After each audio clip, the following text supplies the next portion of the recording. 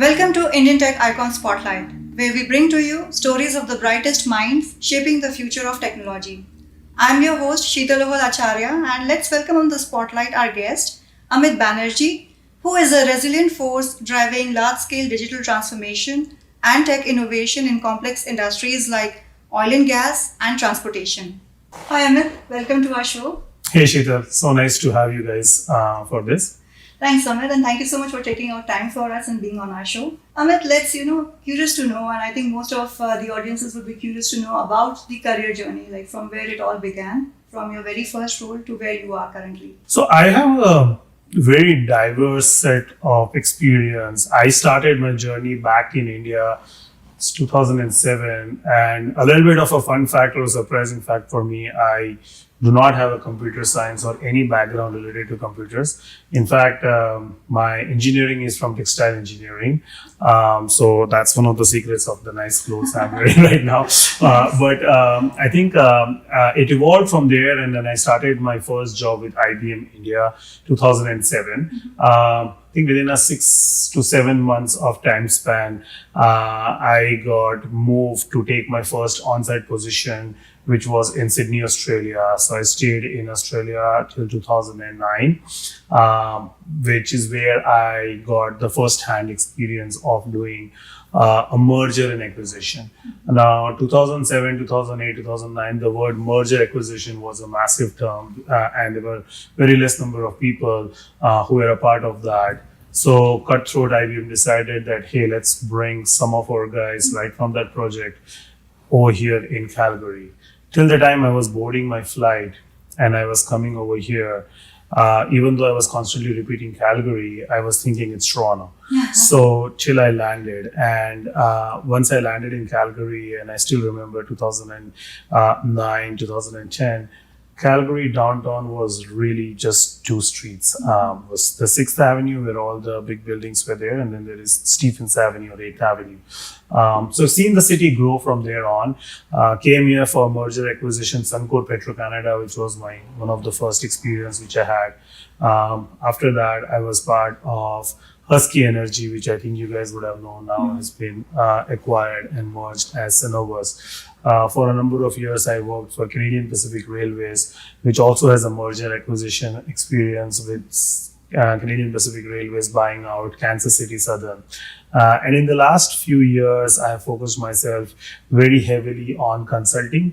So I worked for Deloitte for a couple of years, and now I'm working as an executive director for enterprise architecture and data analytics for KPMG. So super excited with this journey. I've seen it all. I've seen the city grow in the last decade or more, and very positively thrilled of how the growth on the IT is in Alberta and in Calgary altogether. So what are the major differences that you actually experienced, talking about especially the energy companies here, the time when you came here versus now, the significant changes that you have seen? So there has been like Calgary used to be called, like we used to have a saying in Calgary that if you don't like what you're doing, just cross the street and you'll get a different job. Specifically for IT, there was a massive market because it's hardly any people, right? And there were so many headquarters of major oil and gas companies which were based out of Calgary. We were one of the first one to even bring the concept of offshoring for IT companies. Suncor was literally one of the first companies which decided to offshore along with IBM, and in fact before Suncor, Petro-Canada was the base company which basically did that, and then Suncor and Petro-Canada partnered together, and then the acquisition happened over there, and a lot of work was done from offshore. So the whole concept, or the first set of people who came in Calgary, who literally started this whole offshore on-site, making sure that we have the global delivery model distributed across the organizations, was started by few of my colleagues and myself, and the city has grown from there. Now we see a significant number of Indian IT organizations having their base in Calgary, and they are doing so fantastic and they are growing so well. But I can very strongly say that I was one of the pioneers to even initiate this whole concept, and we basically grew on from there, which then allowed us to connect with a lot of people and explain a lot of new things. So as you see right now in the city, there is a massive growth of entrepreneurship.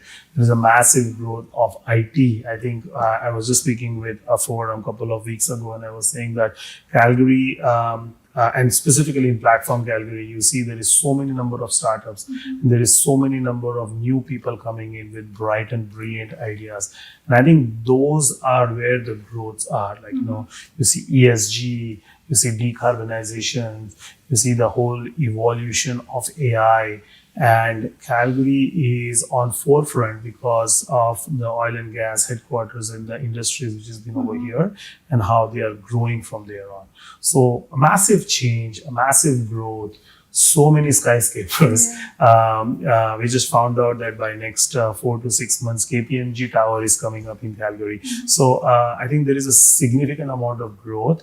And for somebody like an old timer like me, who's seen this all when there were like literally 3 buildings in Calgary. Like Calgary Tower used to be like the second or the third tallest building in the city, to where we are today. I think it's immense and it's massive and it's fascinating.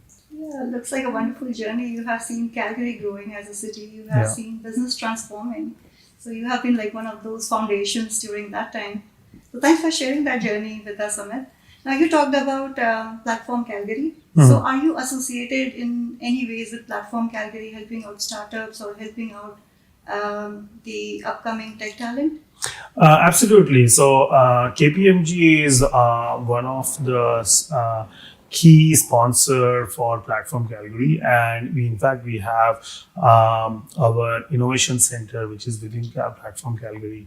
On top of that, I always wanted to do something for the community, and we were one of the first few ones to start the Tech Connect Alberta. I think we all know Akshay Gulati, who is doing fascinating work on that.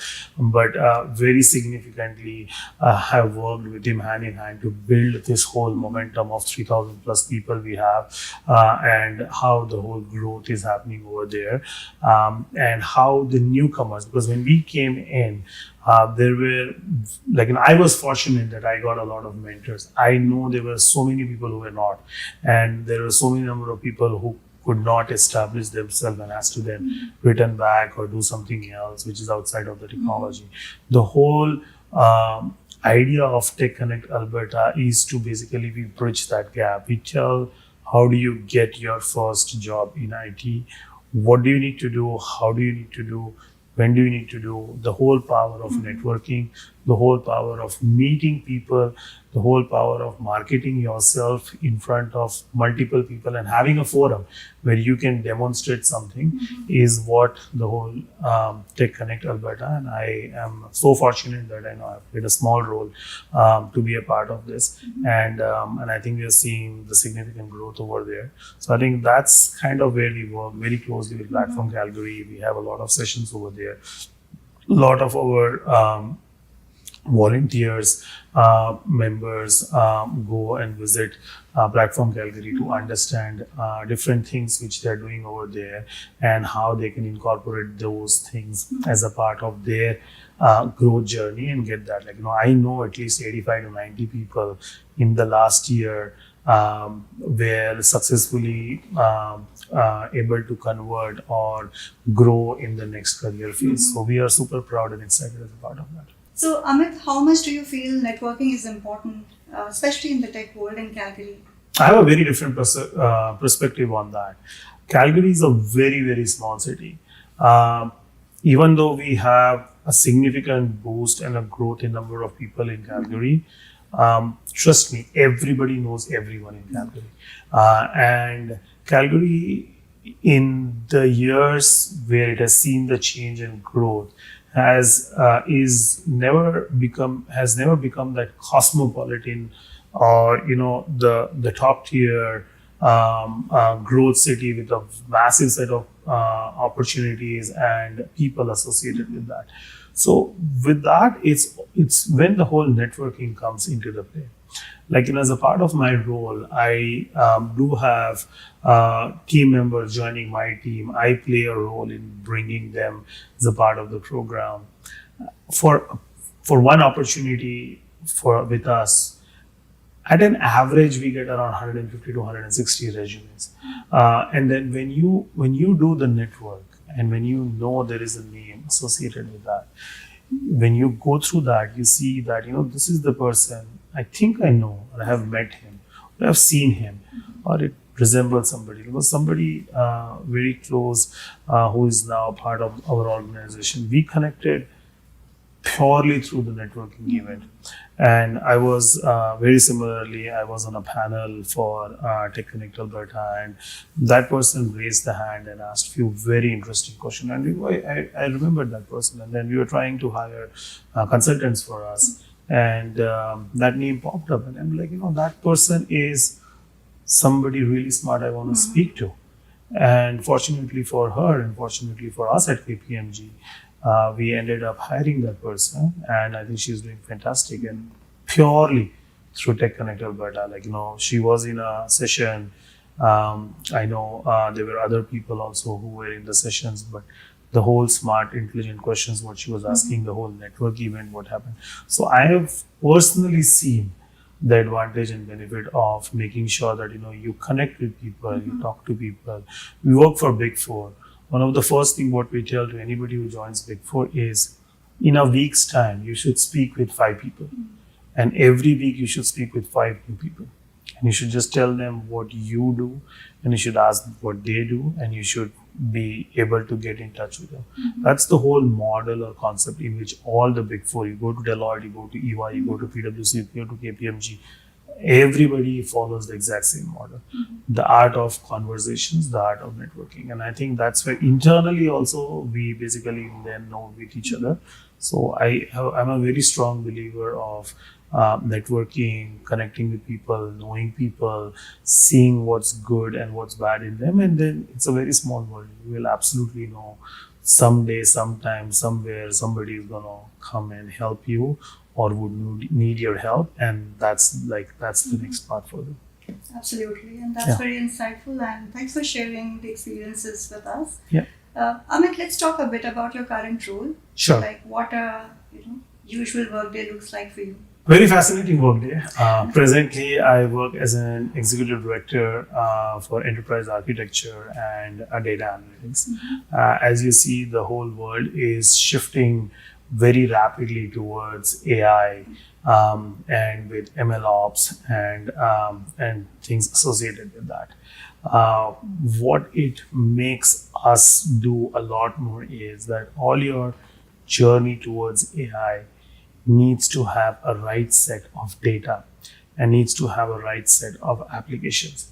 And that right set of data and application needs to be placed in a way so that all your AI models or technology models can use it and can get benefit out of that. So that's where a lot of my day-to-day conversations in job are, where I bring CIOs, CTOs, senior executive directors, managers, that how the world is changing, right? And how fast it is changing.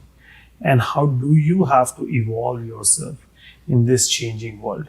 Like, I get a question a lot of time from major CIOs, CTOs for big organizations, universities, and firms that we are here, but we really want to go there.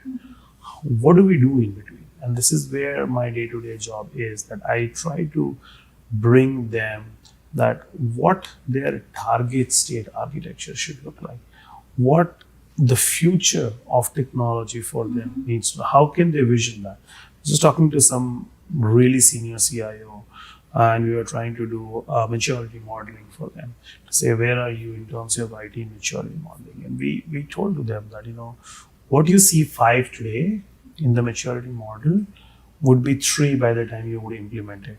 So maybe let's aim for the highest, because if you don't do it right now, then the world is going up at such a rapid pace that it will be so hard for a lot of us to catch up in that. So we have to now as an organizations, we advise people that you guys have to take 2 steps, then like the small step or crawl, walk, and run. You have to take like 2 steps at the same time, because the world is moving at 3, 4, 5 steps at one go. And that is where my day-to-day job is. Like I advise, I bring, I consult, bring the value, and bring the right solutions and answers to the organizations, to the members, to the leads, and we take it up from there. So, Amit, looking at the future innovations versus the current business needs, what are the common challenges that you usually face? So, in terms of challenges, what we always have people challenge, right? We always have process challenges. And I think the technology falls after we wrap up all of it. But where the evolution is coming is more around that the workforce will not be just a people-based workforce. It will be a people and an agent-based workforce, right? So I think we all have heard agentic AI and the evolution and growth of agentic AI. I think the world is shifting where your staff is not individual bodies or humans, but a set of humans as well as agents working hand in hand together. And I think that's where the evolution needs to happen. So challenges associated with that needs to be addressed. Like for example, call center. The whole concept of call centers can be taken using your agents and can be evolved as a part of that, which is what we are seeing significantly a growth on that. Similarly, we have seen that the whole need of reporting can be drawn down by a bot or an agent, and the reports can also be executed as a part of that. I think you guys are also seeing a significant need for that, right? So the whole evolution of your data being into a data marketplace or a centralized data format, and then monetizing the data, monetizing your application, monetizing your technology is where the world is evolving towards. And I think that's what we see, the changes where the existing day-to-day frame needs to take a step up, so that you are now not having technology as your cost center, but technology can also become your profit center, helping you to grow and earn based on the information what is available for you. Absolutely. And as the technologies evolve, so does people. So Absolutely, yeah. I would like to ask you, what's your approach on the team management? Like, how do you lead multiple teams? So, in other words, what's your leadership style? I'm a very direct, transparent person when it comes to leadership. I very strongly believe that even though we always have those gray zones when we are working on certain things, because there is the permutations and combinations, if and else possibility, when you come to people management, you always should be as transparent and as honest as possible. Because it's for their careers, it's for their life, it's for their growth on what they're looking for. So my team can very strongly address that I'm a very straightforward, transparent, direct person. I believe point in time feedback. If there is certain things which is aligned, appropriate, you should get appreciated about that at that time. An opportunity to appreciate wasted is a loss of a credibility for an individual.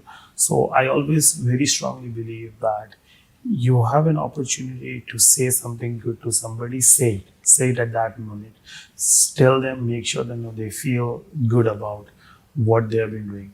Same time, if there is anything which is which you need to make sure that they change, address it at that minute itself or at that point in time, because what it will do is it is fresh, it's a learning moment, they'll be able to get the value of that, and then they'll be able to improve that. Very recently in our work we had an individual where there was a lot of gap and we were seeing there was a significant push from the senior leadership that, hey, I don't think the person is coming up to the speed and doing the right thing, and maybe this is not a right fit for us.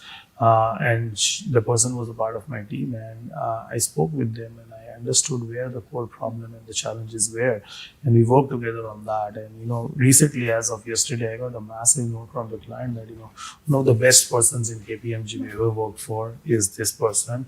It's an asset, you should manage and maintain that. And the senior leadership is like super impressed. They were like, wow, like, if somebody can transform like this, that's the growth. Like, that's what you're looking for. So I very strongly believe that a lot of time we are in a culture where people don't like a direct feedback, and sometimes direct feedback might be a little bit too harsh or a little bit too direct, and they don't take it very positively. So thanks for sharing that valuable insight with us, Amit. Yeah. Now, if I have to ask, if you have to give one piece of advice to the aspiring tech leaders, what that advice would be? I think one piece of advice for any tech leader, and specifically if you're in Calgary, is know the market, grow the market. Similarly, know the people, grow the people. If you work with the local set of people, local companies, the oil and gas majors, the universities, municipalities, you would always see there is an opportunity of doing something good. Calgary is evolving so much, and there is so massive opportunities over here, be it data, be it technology, be it processes, be it transformation, front office, middle office, back office. There is massive space. So as long as you are focused on what you're trying to do and make sure that you stay consistent in what you're doing, you would always be successful. I've never known anybody, and I know the city for the last 16, 17 years now, where you stayed consistent, you kept on addressing the key issues with the solutions what you have, and you haven't got an opportunity. It doesn't happen in the city at all. So you just have to stay consistent. You just have to keep on trying. You might fail one time, two times, three times. If you keep on trying, you will be always successful. Valuable takeaways. Yeah, absolutely. So, Amit, every successful leader has a support system that runs quietly in the background. Let's talk about yours. Oh, I have a massive support system. My wife, Suruchi, and kudos to her. She has graduated from the top law college in India, National Law University back in Gandhinagar, and one of the very few from because you and I, we both come from India. National Law universities are first hard to get, second hard to crack. And then once you crack out of that, the opportunities are massive, right? So leaving that and coming over here, where you have to again go through the whole set of legal jobs and processes and things like that, give the exams again, work with a lawyer as an intern, and then establish ourselves, is a significant amount of work, right?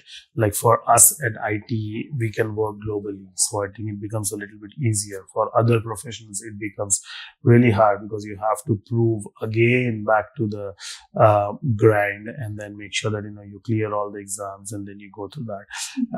So for my wife, I think that has been a massive amount of challenge. But what I've seen is she has crossed through all of that. She has made sure that she is she has made sure that I am well represented in multiple forums and places there, and she also takes care of her being independent, and making sure that her passion is also being followed. Very proud today to say that she is one of the lead lawyer for Access Law, I think running the whole Western Canada division, and it is one of the very few online law firms available. So you see the use of technology and legal services together, which is what she's running today, as one of the main lawyers and the legal head for the firm. And on top of that, I think she is managing and helping us stay sane, because both of us are of us has a high profile, high pressure job, and we have two kids. My son is extremely mature as an 8-year-old. My daughter is a rebel, but I think with them and with me together, I think the way she manages it is extraordinary. And I think like the reason why you see a sane house, I think 90% is done by her at the back end. So I think, yeah, so she takes care of most of the things. You have a great pillar of support. So that's Absolutely. wonderful. Yeah. On a lighter note, Yeah. have you ever been able to win any argument with your wife? I have learned all the legal tricks and lessons. I think, as I was saying, like, she has worked and she has studied a lot. And, a lot of times I was being inquisitive. I used to go and try to understand those complexities over there. So I think we have a good 95-5% ratio where I have won 5%, sure. But, I think she gives me credit that I can be a good lawyer too, because I have learned, I'm learning, right? Yeah, I think overall, it's always a fun conversations for us to be. Thanks for being honest. Yeah, absolutely. So, what are the ways, outside of your work, Amit, what's the family bonding activities you usually do? We have 2 kids who has a very busy schedule. My daughter wants to do everything which is available. So she goes for taekwondo, she goes for Odia dance. And my son wants to do everything which is to do with science, robotics, engineering. Somehow he is passionate about that. But I do try to take him to badminton a week. So I think for the week to week things, this is where it is. We like to travel. We like to take time off in vacations. We were just in Mexico a couple of weeks ago. And I think it was a fun time. So we try to take like 2 to 3 trips in a year so that, we have a lot of highs. Those are the ones where we basically try to keep our fun quotient go high and our stress quotient goes down for us to enjoy. We've been in the city for so long. We are a part of a Bengali community which is called as Amra APCA, which is Amra Propashi Calgary Association. Cultural Association of Calgary. Sorry, I'm really bad with the acronyms, but I think that's so. We have a lot of Bengalis.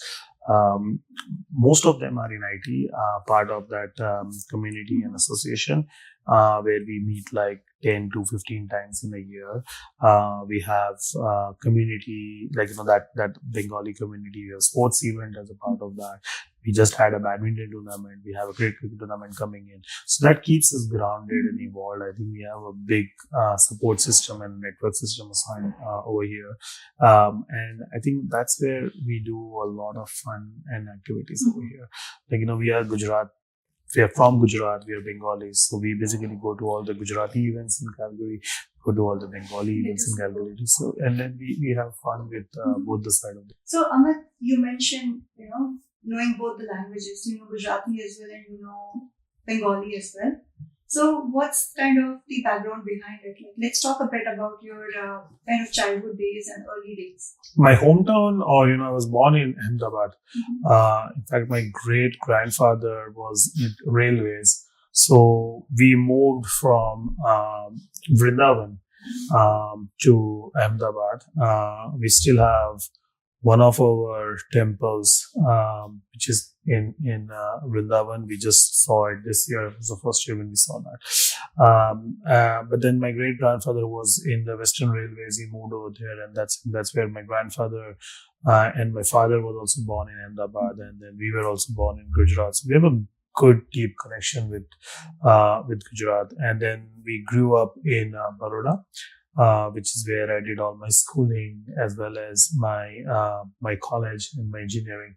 And after that, I got my first job with IBM for first couple of months to nearly a year. I was in Pune, and then I think the whole flow started from there on. But very deep connection with the city. I think Baroda, we even go every year back to our hometown. My wife is also from the same city, so I think both of us have their parents live in the same city, and I have like tons and tons of my friends who are over there. My teachers, specifically from the school, have played a very, very influential and a growth role. Like, coming like, Baroda is maybe a tier 3, tier 4 city back in India. And then the schools where we were in was also like a tier 3, tier 4 school, which is where I was born in. I think we didn't even have a playground in our school. So it was just like 2 buildings. But I think a lot of the teachers who helped me grow and be the person I am has played a major role in my upbringing and having that clear headspace of what needs to be done and when that needs to be done. Thanks for sharing those wonderful memories with us, Amit. Now we are almost nearing end of our wonderful discussion. Absolutely. So we have a kind of rapid fire round for you. Yeah, so this is the one which is out of syllabus, right? That is going to For be sure. out of syllabus. Absolutely. Okay. So your first question. Yeah. Coffee or chaos? Which fuels your mornings? Both. Okay. If you were not in tech, what would you be doing? I think I would have been a good textile engineer. I am a gold medalist from my college. Most of my professors were very disappointed that I chose IT over staying in the field. But I think I would have been a good. But as a passion, I love cooking. So maybe I would be a chef one day. We'll see. Very nice. Okay. The next one. If you could live anywhere for a year, where would it be? If it is in Canada, I love Kelowna. Like it's my favorite place in the whole world. Would have loved to live in Kelowna for a year or maybe more. If it is anywhere in the world, I would still like to go back to Sydney and live closer to the sea. I've stayed there for a year and a half, 2 years, and was one of the most memorable 2 years of my life. Okay, very nice. Next one. What's your personal motto when facing tough challenges? I think my personal motto is never give up. Whenever you're facing tough challenges, I am a very strong believer of hard work. So I always feel that, if you work hard smartly, you'll always be successful. So I don't give up and I just keep consistently going after things. Okay, that's a great answer. Next one. Your favorite movie? My favorite movie is Rang De Basanti. Okay, very nice. And the last one. If life gave you a reset button, when would you press it? I think my life is going pretty well the way I would have wanted it to go. There will be always ups and downs.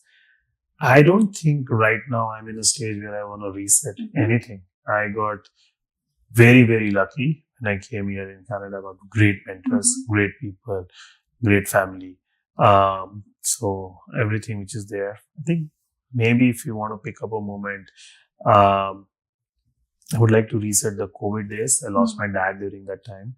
I would really like to reset that one moment where I can be, and I would really wish my mom is here. I really wish my dad should have been over here. But he's always there in our spirits. And Absolutely. Moves on from there. Thanks, Amit, so much for your time, and Absolutely. You really played very well. Yeah. And it's been a pleasure talking to you, and thank you for sharing all the valuable insights with us, your career journey and your childhood memories. And we wish you continued success.